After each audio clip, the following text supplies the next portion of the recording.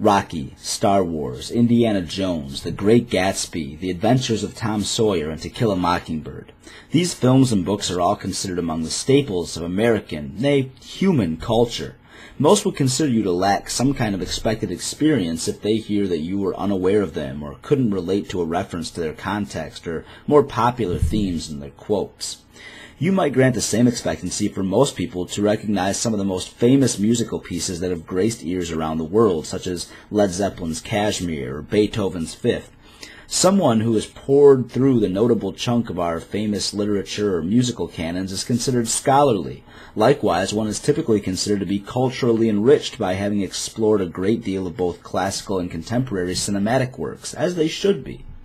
I'd like to propose that another significant demographic of modern culture that has flourished before our eyes, beneath our nose, and at the whim of our thumbs be recognized as well. I propose that if an average citizen of a first world country does not recognize Mario and Luigi or cannot relate to the frustrations of the water temple from The Legend of Zelda's Ocarina of Time, then they too are culturally inept.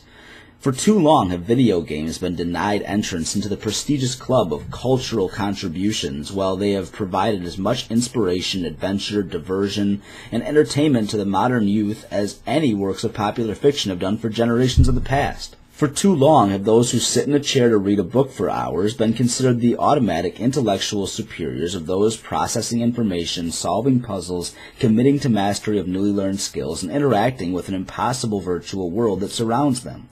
I am not suggesting that video games replace books in our culture, but it's high time that we consider holding them in equal esteem. Most great video games share the common thread of great storyline, and they provide a unique experience of storytelling that is similar to, yet unique from, watching a story unfold as represented by screen actors and imagining your way through pages of a literary masterpiece. Movies enable anyone who sees them to watch the exact same story with uniformity, open to individual interpretation and critique. Books allow for the same words to create an individual experience that is intimately unique to each separate reader based on what they imagine. A good video game combines these elements by giving us the same character and world it lives in, and characters around it, while providing the freedom for us to explore and experience the same story in our own ways. Who's to say that interacting with the storyline in a way that plants us directly into the supernatural world as we see in the Zelda games, or in a way that lets our imaginations recreate historic or realistic events like in Call of Duty games, is any less enriching than reading a book? Video games are an important part of our history, whether the prudish scholarly types like to admit it or not. Even kids today are familiar with iconic early game characters that have stood the test of time by adapting to technology and the interest of modern youth far better than their short story and novel counterparts could ever have hoped to have done.